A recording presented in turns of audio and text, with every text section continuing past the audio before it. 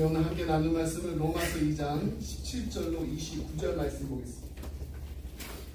로마서 2장 17절로 29절 말씀, 이 말씀 한 절씩 교독하겠습니다.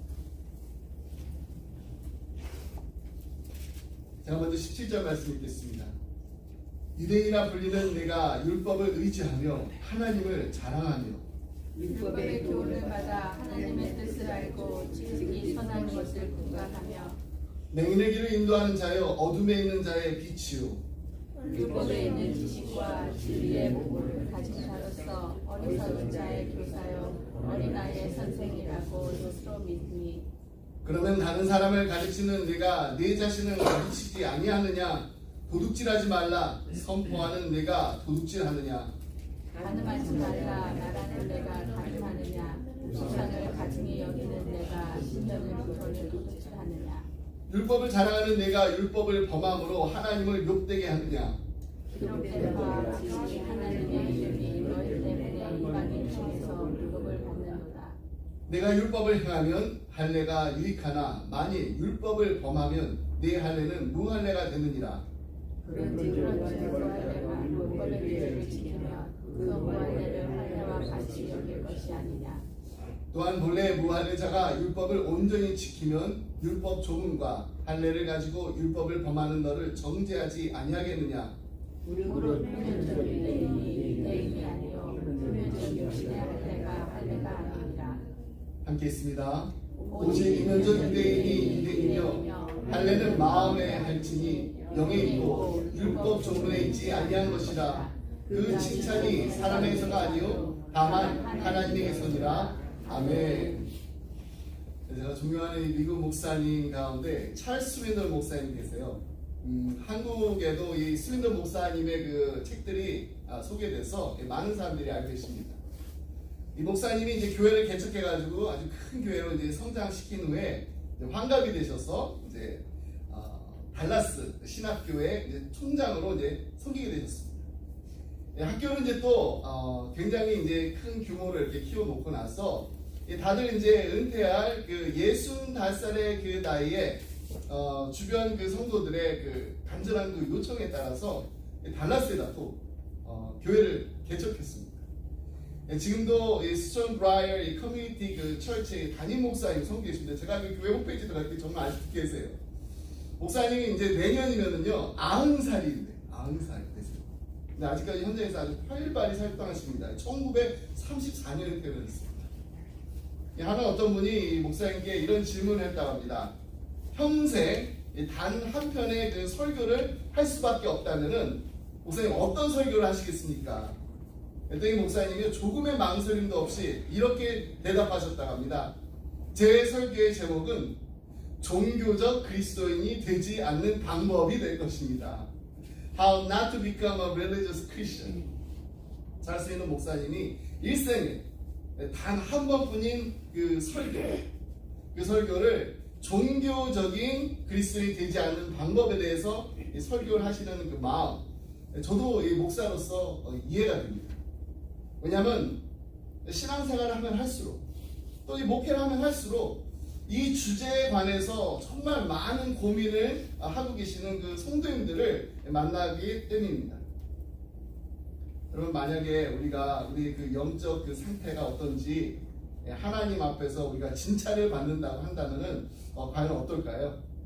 좋은 결과가 나올 수 있으면 참 좋은데 정말 좋은 결과 나올 수 있다라고 이렇게 자신하실 수 있는, 우리는 늘 자신의 그 영적 상태를 점검하면서 살아야 합니다. 몸에 암이 생겼다라는 그 진단을 받는 것처럼 영적 상태에 있어서 좋지 않은 그 결과는요, 우리가 율법주의에 빠졌다, 종교적인 그리스도인이 되었다라는 것입니다. 그렇다면 이 종교적인 그리스도인, 이 종교적 크리스찬은 어떤 특징을 가지고 있을까요? 그것은 바로 특권 의식에 사로잡혀서 마음을 높인다라는 거예요. 오늘 본문 말씀에서 유대인이 종교인이 된 이유가 있습니다. 그 이유가 바로 그들의 특권 의식과 교만 때문이었다라고 분명히 말해주고 있습니다. 그런데 그들이 왜 이렇게 마음을 높였을까요? 그 이유는요, 그들에게 너무 많은 그 그 특권이 있었기 때문입니다. 오늘 본문에 따르면은 적어도 유대인들에게는 이 5가지의 그 특권이 있었는데 그 특권이 하나님께로부터 부여받은 특권입니다. 유대인이라는 명칭 받았습니다. 또 율법도 소유했습니다. 하나님과의 그 특별한 관계도 있습니다. 또 하나님의 뜻도 알 뿐만 아니라 그 하나님의 뜻을 열국에 가르칠 책임까지도 이 특권을 하나님으로부터 부여받았습니다. 이것이 바로 하나님이 유대인에게 주신 아주 놀라운 특권이었어요. 하나님은 온 만민을 구원하시려고 이 세상의 수많은 민족들 중에서 유대인을 택하셨습니다. 그리고 그들에게 이 특권을 베푸신 것입니다. 오늘 우리가 이 본문 말씀을 읽으면서 이 본문에 나타난 이 유대인들의 특권의식 그리고 이 교만을 함께 살펴보면서 우리 교회의 전반적인 영성, 어떤 영성을 가지고 있는지, 또 우리는 하나님 앞에서 어떤 태도를 가지고 있는지 우리 자신을 면밀히 살펴봐야 합니다. 왜냐하면 우리 역시도 유대인 이상의 그 특권을 하나님께로부터 부여받은 자들이기 때문입니다. 그러면 종교인의 특징이 무엇인가요? 종교인. 먼저 자신의 지위를 그리고 자신이 가지고 있는 그 명칭을 자랑한다는 거예요. 근데 그냥 자랑이 아니라 은근히 자랑한다는 것입니다. 17절 말씀을 함께 보겠습니다. 유대인이라 불리는 내가 율법을 의지하며 하나님을 자랑하며 율법을 의지하며 하나님을 자랑하며 이 말은요 유대인들의 마음속에 있는 이 자만심을 지적하는 것입니다. 유대인이라고 우쭐거리는 자네 말이야 바로 너 이 말은요 하나님을 자랑하는 게 아니라 스스로 선택받은 민족이라고 여기면서 막 이렇게 의시되면서 자랑하는 것을 말합니다. 그래서 사도 바울은 유대인이라고 청하는 내가 바로 너다 라고 말하는 거예요. 그리고 우리도 마찬가지입니다. 우리도 하나님께서 정말로 우리를 보실 때 하나님의 사랑하는 백성이잖아요. 자녀잖아요. 그리고 사람들이 우리를 부를 때 뭐라고 부르나요? 그리스도인이라고 크리스찬이라고 부릅니다. 우리 크리스찬 명칭을 좋아해요. 그리고 교회 안에서는 또 여러 가지 많은 직분들이 있습니다.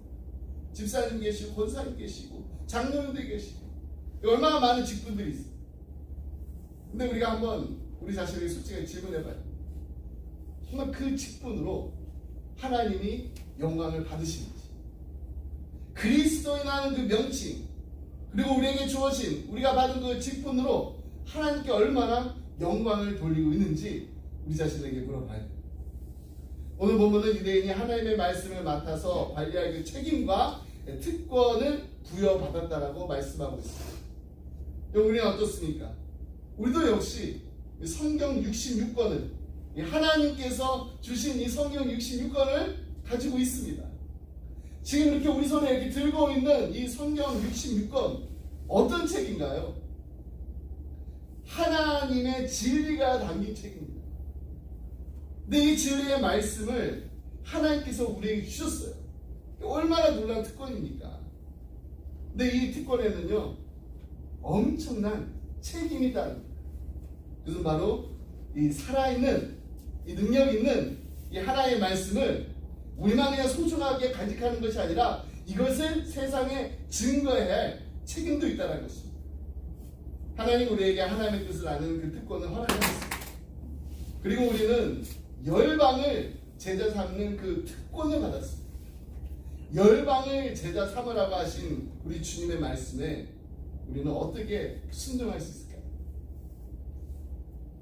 우리가 정말로 이 귀한 특권을 받았는데 이 특권을 우리가 정말로 누리려면은 우리의 말이 아닌 하나님의 말씀이 내 안에서 역사하는 그 능력 믿고 따라야 합니다.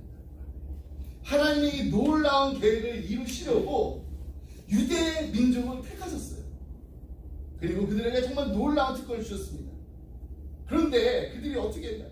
그 특권으로 하나님의 뜻을 이루라고 주셨는데 하나님의 뜻을 이루기보다는 막 자신의 그 이름을 드러내고 막 자신을 그 높이는 데만 열을 올렸습니다. 그 결과 아주 철저한 종교인이 되어가지고 하나님으로부터 버림을 받고 말게 됐습니다.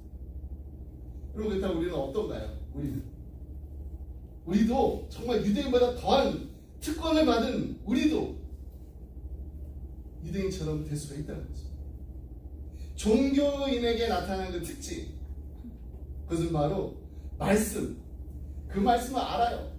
근데 그 말씀만 주장할 뿐 그 말씀을 삶에 적용하지 않는다는 것입니다. 유대인들이 그랬습니다. 우리도 그냥 말씀만 주장하고 말씀을 우리의 삶에 적용하지 않는다면은 우리도 유대인들과 똑같이 종교인이 될 수 있습니다. 이제 바울은요 질문을 던집니다. 그래서 유대인들의 잘못을 아주 날카롭게 지적합니다. 오늘 본문에 보면은 21절부터 24절에서 이 5가지 질문이 나오는데 이 5가지 질문 가운데서 첫 번째 질문이 아주 중요해요. 왜냐하면 거기에 아주 핵심 그 요점이 있기 때문입니다. 21절 상반절 말씀 보겠습니다. 그러면 다른 사람을 가르치는 내가 내 자신은 가르치지 아니하느냐. 여러분 이것이 유대인들이 가지고 있었던 가장 큰 문제였습니다. 이 또한 모든 종교인의 문제이기도 합니다. 다른 사람들을 가르치면서도 자신은 배우려 들지 않는다는 겁니다. 이 문제가 너무나도 치명적이기 때문에 하나님은 아주 구체적인 예를 들고 유대인들의 잘못을 지적하는 것입니다. 가르치는 것만 좋아하고 배우려고 하지 않는다. 계속해서 이 두 번째 질문입니다. 21절 하반절부터 23절 말씀 보겠습니다. 도둑질하지 말라 선포하는 내가 도둑질하느냐? 간음하지 말라 말하는 내가 간음하느냐? 우상을 가증히 여기는 내가 신전 물건을 도둑질하느냐? 한마디로 위선자라는 거예요. 위선자. 몰라서 지키지 못하는 불신자보다도 다 알고 있으면서도 율법을 어기는 유대인들, 당신들이 더 나쁜 사람들이라고 말하고 있는 것입니다. 유대인들은요 우상 숭배를 아주 큰 죄로 여겼어요. 그들은 이 새긴 우상, 그 carved idol이라고 하잖아요. 이 새긴 우상에다가 절대로 절하지 않고 그래서 자신들은 우상 숭배하지 않는다라고 생각했습니다. 그렇게 말했고 그렇게 믿었습니다. 그러나 사도 바울은 어땠습니까? 그들의 마음을 시작합니다. 우상 그 숭배자들에게 마음의 동기에 무엇이냐? 우상을 섬기면서 우상으로부터 부자가 되고 또 복을 받고 싶고 권력을 얻는 그런 복을 받고 싶고 또 쾌락을 누리고 싶은 그런 욕심이 있는 것입니다. 그러면 유대인들은요 비록 그 우상에는 전하지 않았다고 하더라도 그들의 마음속에는 이미 이런 욕심들이 있었어요. 그러니까 우상 숭배자들과 똑같았습니다. 권력욕이 있었고 소유욕이 있었고 명예욕이 있었고 지배욕이 있었고 쾌락을 사랑하는 그런 마음들이 가득했습니다. 마음으로는 그들도 우상 숭배자였다는 것입니다. 사도 바울이 바로 이것을 지적한 거예요. 알면서도 죄를 짓고 남에게는 그렇게 하면 안 된다라고 하지 말라고 하면서도 자기는 은근히 죄를 짓는 거, 이것이 바로 율법주의 신앙입니다. 우리도 마찬가지. 신앙에 열린이 생기면요 어떤 위험이 따르나요? 신앙생활 오래 하다 보면은요 우리 정말 성경 말씀 많이 읽었습니다. 성경 말씀 많이 공부했습니다. 연구도 했습니다. 제자 훈련도 받았습니다. 매 주일 교회에 나와서 설교도 듣습니다. 이런 자연스럽게 하나님의 말씀을 당연히 많이 알게 됩니다. 근데 하나님께서 왜 하나님의 말씀을 우리에게 주셨나요? 그냥 그저 지식으로 머리로 그냥 막 충족시키기 위해서가 아니라는 것을 그것도 우리도 잘 알고 있어요. 하나님의 그 말씀, 그 말씀이 어떤 말씀인지 그 기능을 설명하기 위해서 성경은요 말씀을 우리의 그 일상생활에서 그냥 흔히 쓰는 그 물건에 이렇게 비유하고 있습니다.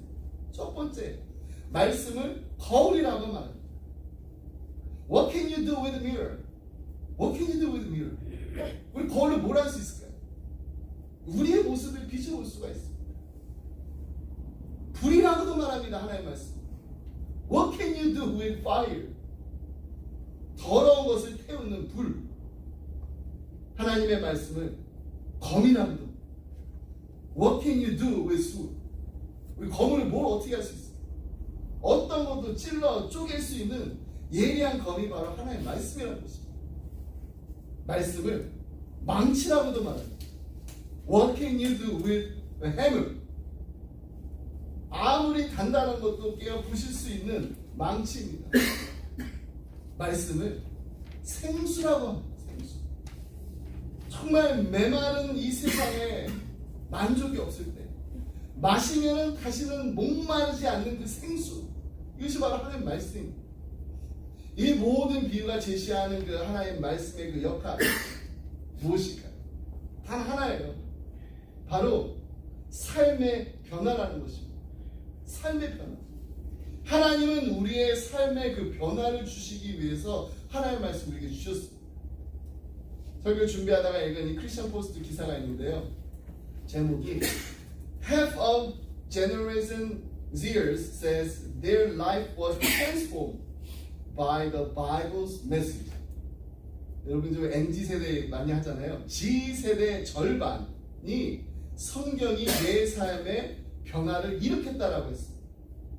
제가 간단하게 이제 기사 내용을 이제 읽어드릴 건데요. 기사의 전문 오늘 이렇게 나눠드리는 주보에 보면 있습니다. 여러분 주보에 보시면은요, 이 전문이 있는데 한국말도 있고 영어도 있어요. 나중에 꼭 읽어보셔야 되는데 영어로 된 거 혹시 우리 자녀는 MZ 세대야, G 세대야라고 하면은 Z세대라고 하면은 우리 자녀들이 영어로 읽을 수 있으니까 영어로 또 주시고요. 또 우리도 한번 읽어보면 좋을 것 같아요. 제가 간략하게 그 기사 내용을 좀 정리해서 소개해드리겠습니다. 미국의 젊은 세대는요, 이전 세대보다 신앙심이 더하진 않습니다. 덜 배요. 성경을 읽는 참여율도 높진 않습니다. 낮아요. 근데 이들 중에 약 절반이 성경의 메시지가 삶을 변화시킨다라고 믿는 그 내용의 그 보고서가 발표됐습니다. 미국 크리스천 포스트에 따르면은요, 지난 그 10월에 8월 달이에요. 미국 성서공회 아메리칸 바이블 소사이티가 ABS라고 하거든요. 여기서 발표한 2023년 미국 성경 현황 이 보고서를 보게 되면은 1997년 이후에 태어난 그 Z 제너레이션을 한번 설문조사를 해본 거예요.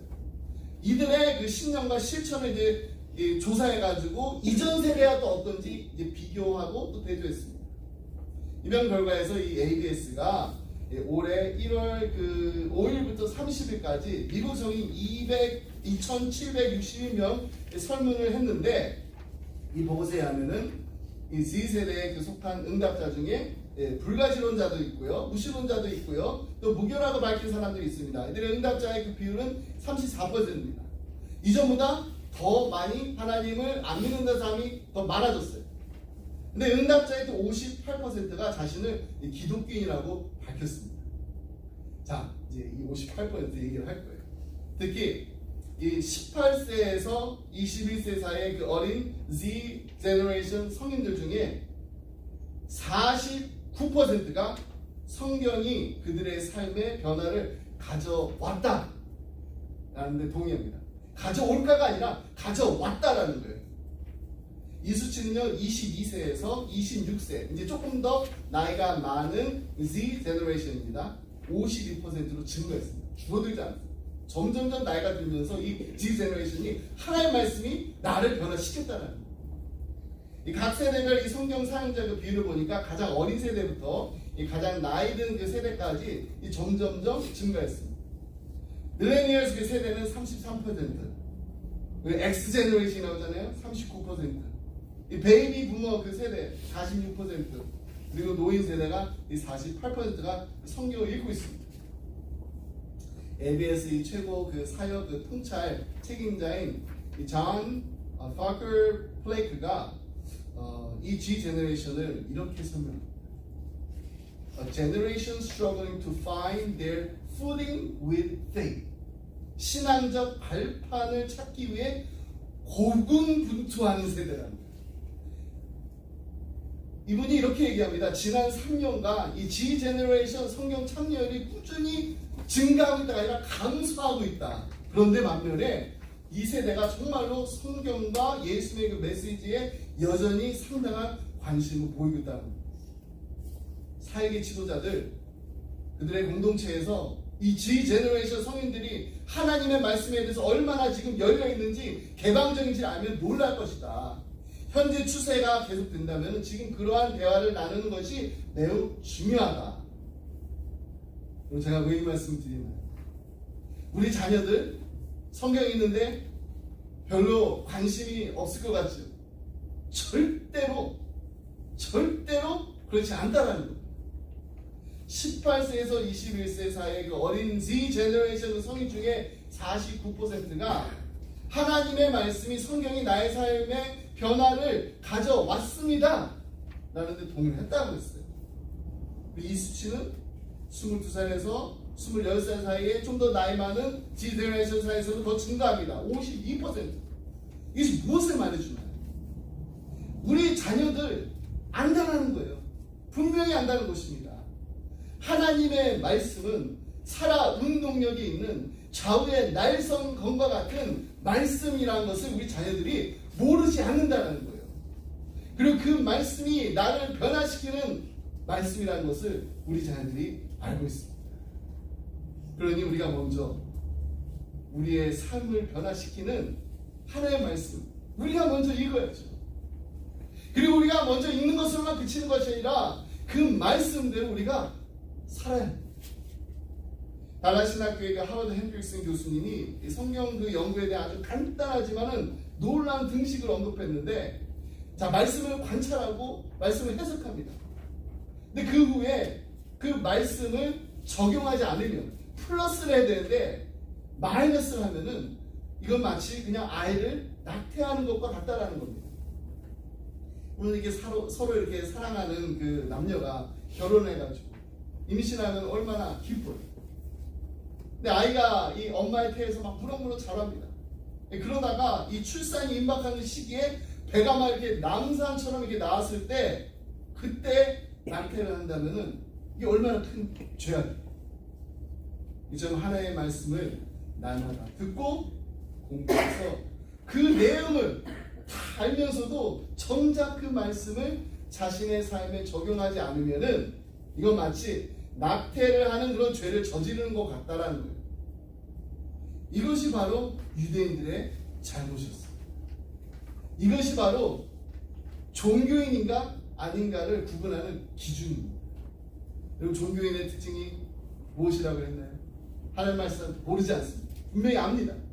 하지만 그 말씀을 가지고 그 말씀으로 남들을 판단하기만 할 것, 그 말씀이 나의 삶에 적용이 되지 않는다는 거예요. 바리새인들 우리보다요 몇 배는 더 말씀을 알았습니다. 말씀 암송하고요 정말 그 말씀을 깊이 공부했습니다. 또 율법을 이 말씀에 있는 그 율법 지키는 것도 못 알아가지고 거기다 플러스 막 부가적인 그 율법 막 더 만들어놓고 신앙생활 했는데 이 탈무드에 보면은 그런 내용들이 많이 있어요. 이런 내용까지 있습니다. 심지어 이 음식에 넣는 그 양념의 그 11조까지도 바칠 정도입니다. 아주 철저하게 율법을 지키며 살고자 했던 사람들입니다. 근데 왜 예수님께서는 그들을 보면서 이 회칠한 무덤과 같은 자들이라고 아주 참혹한 그 꾸중을 하셨나요? 그들은 하나님의 말씀 알았습니다. 머리로만 이해하고 그리고 그 하나님의 말씀 가지고 남을 정죄하고 판단하는 데만 삶이 있기 때문에 여러분 말씀 아는 게 자기 과시로 그냥 자기만 드러내는 대로 변질된다는 거예요.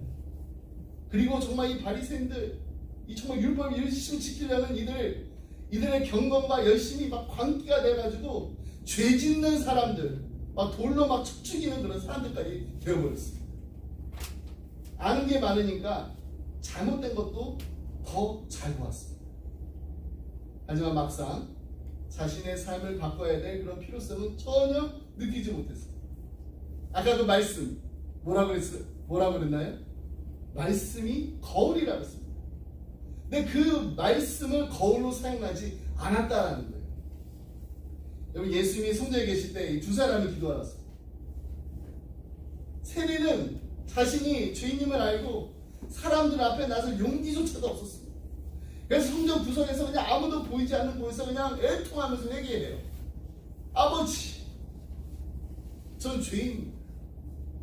근데 바리새인은 어떤 거예요? 들어올 때도 막 당당하게 걸어 들어가지고 막 모든 사람들이 보는 앞에서 막 하늘 향해서 두 손을 막 높이 들고 목소리를 높여 기도합니다. 하나님 감사합니다.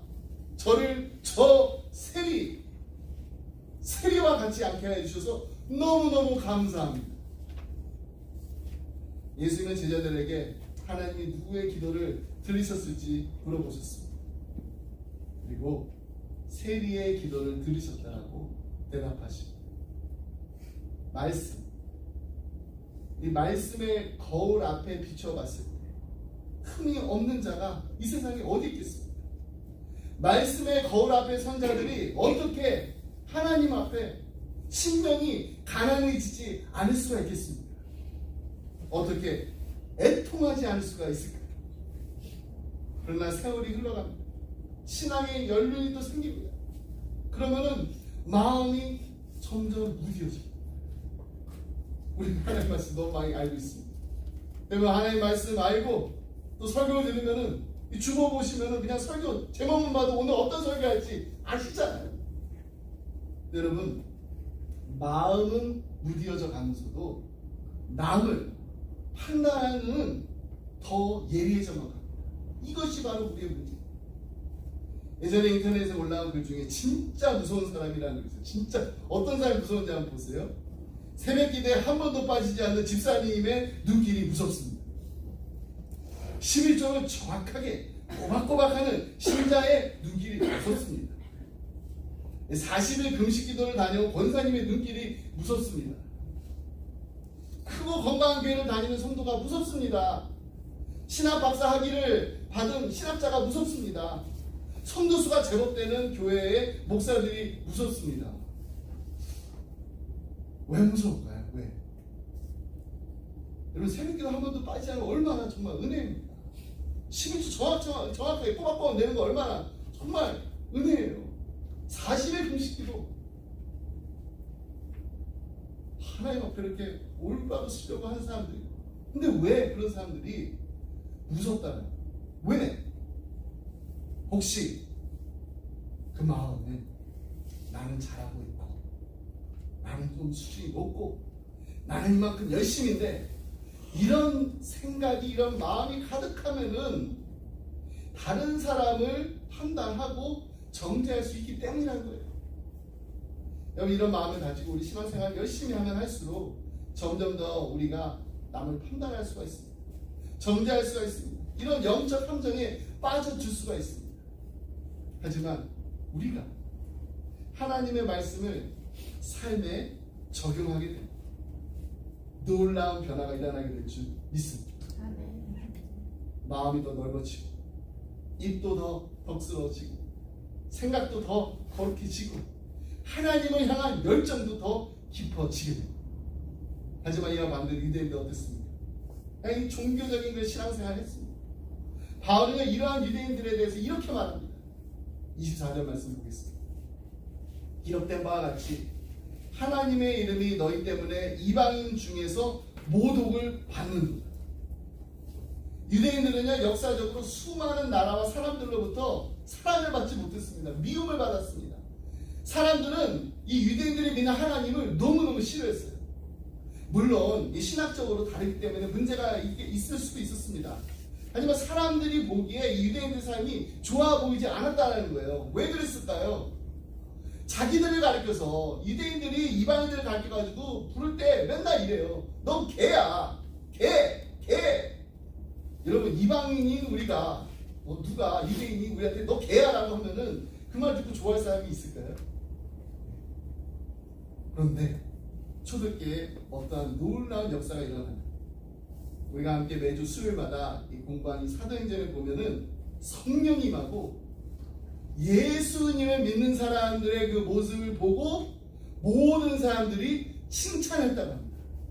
그리고 나도 그 예수를 믿고 싶다라고 막 사람들이 몰려왔다는 거예요. 여러분, 우리는 어떻습니까? 우리 교회는 어떤가요?